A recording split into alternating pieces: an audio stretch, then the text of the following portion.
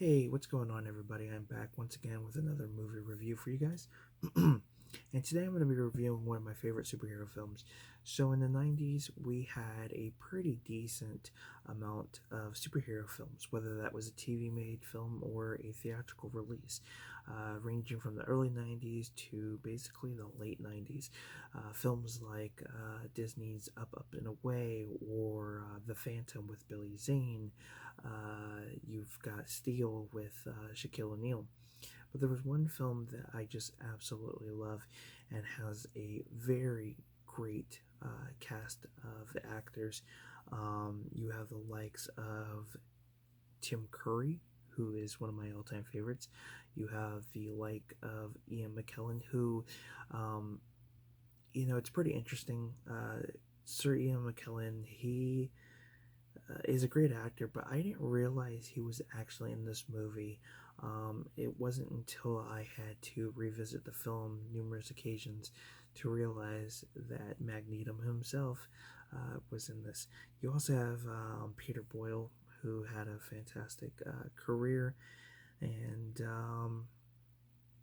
you also have Jonathan Winters, and you have Penelope Ann Miller, who's been in a pretty decent amount of movies. I don't think you see a whole lot from her anymore, but she's in this, and of course, it stars Alec Baldwin. You also have what is his name? Um, he's not. I don't think he's on the credits on the back, but he just got his. Is it James Wong? I believe is his name. I could be wrong, but he recently got his star on the Hollywood Walk of Fame. I think it's James Wong. He's in this. He's just got a small little role, um, but I do believe that's the actor's name. You also have I don't know his name, but he plays Alec Baldwin's character, the uncle.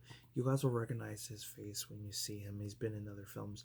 And also, if you're a fan of Star Trek Voyager, one of the actors from that series actually ends up playing, a security guard in this film for a little, small little role. But that's the film, The Shadow. The Shadow is I believe, a 1994 release, which unfortunately did not do too well in theaters. I'm trying to look at the copyright. I do believe it's 94, which at that time, Jim Carrey was having a big career with, The Mask, Dumb and Dumber, and Ace Ventura. And then I believe there was a few other films that came out during this time. But Alec Baldwin plays Lamont Cranston, I believe is his name, who then there's a book that you can get a kind of a back history on the character, but he was in a war. It kind of messed him up a little bit, so he basically ran away and kind of became this big ruler overseas, and eventually he is brought back to the States and becomes this crime fighter known as the Shadow. He is able to learn these abilities that allows him to basically become a Shadow. Now, the Shadow, of course, is originally based off a old radio serial back in like the 40s, I believe, the 30s or 20s, somewhere around there when television wasn't around. And of course, there's a comic book series, but eventually in '94 we got ourselves a film, and we were going to get a video game for the Super Nintendo, but unfortunately, I don't think it was finished. But he basically, getting back to the plot, he basically comes back, and eventually he comes across this descendant of Genghis Khan, Shiwa Khan, I believe is his name, because every time he introduces himself, he's always like, "I am Shio Khan," or something like that, last descendant of Genghis Khan. And I'm sorry if I uh, offended anybody trying to do an impersonation, but that's basically his character, and he comes up with this idea to create an atomic bomb or have an atomic bomb and basically destroy the city, um, or rule the world or something like that. I can't remember exactly, but of course, it's up to Lamont to basically go under the shadow persona and take this villain down.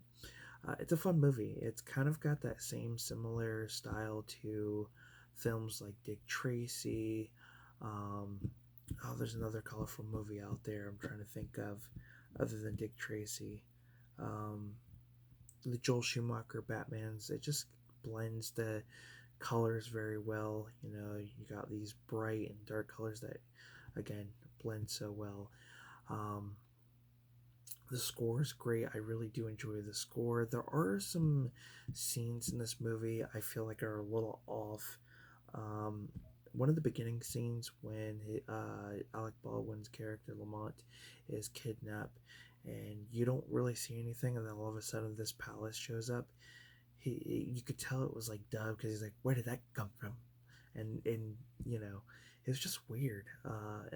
That's not the first scene. I think there's another one, another scene that happens. But yeah, it's a fun movie. I've always enjoyed it. Um, I would highly recommend if you're a fan of this to pick it up. I didn't realize this until I saw another YouTuber do a video.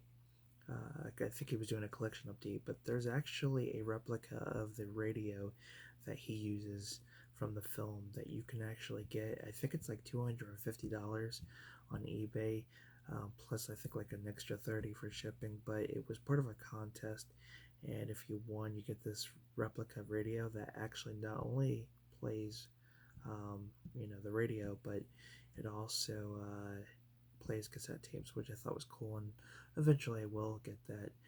Now, this is the universal release of the film, which is pretty bare bones.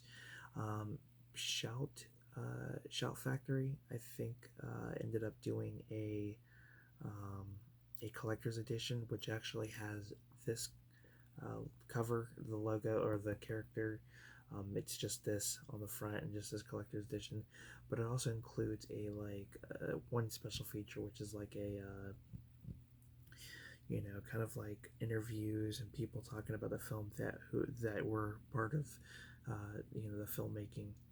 But yeah, I wish I could say more about this. I know it's a little all over the place, but it's definitely one that I've enjoyed, and it's definitely one I would highly recommend if you have not seen it to check it out. Um, I love this film so much. Um, I don't really like to you know buy multiple releases, or I wouldn't say multiple releases, but like different formats of a movie. But this is one I probably will end up doing. If there's a laser disc, the DVD, the collector's edition, VHS, whatever I can find, the toy line, because just it's such a fun movie. Tim Curry's fantastic. I think Tim Curry is one of my favorite characters in that movie. But that's my review for The Shadow. I want to thank you guys for tuning in, and if you haven't seen it, check it out. It's kind of that same style of superhero film like The Phantom. So if you're a fan of that, you might be a fan of this. But with that being said, give this video a thumbs up, subscribe, comment down below, and until next time, guys, take care.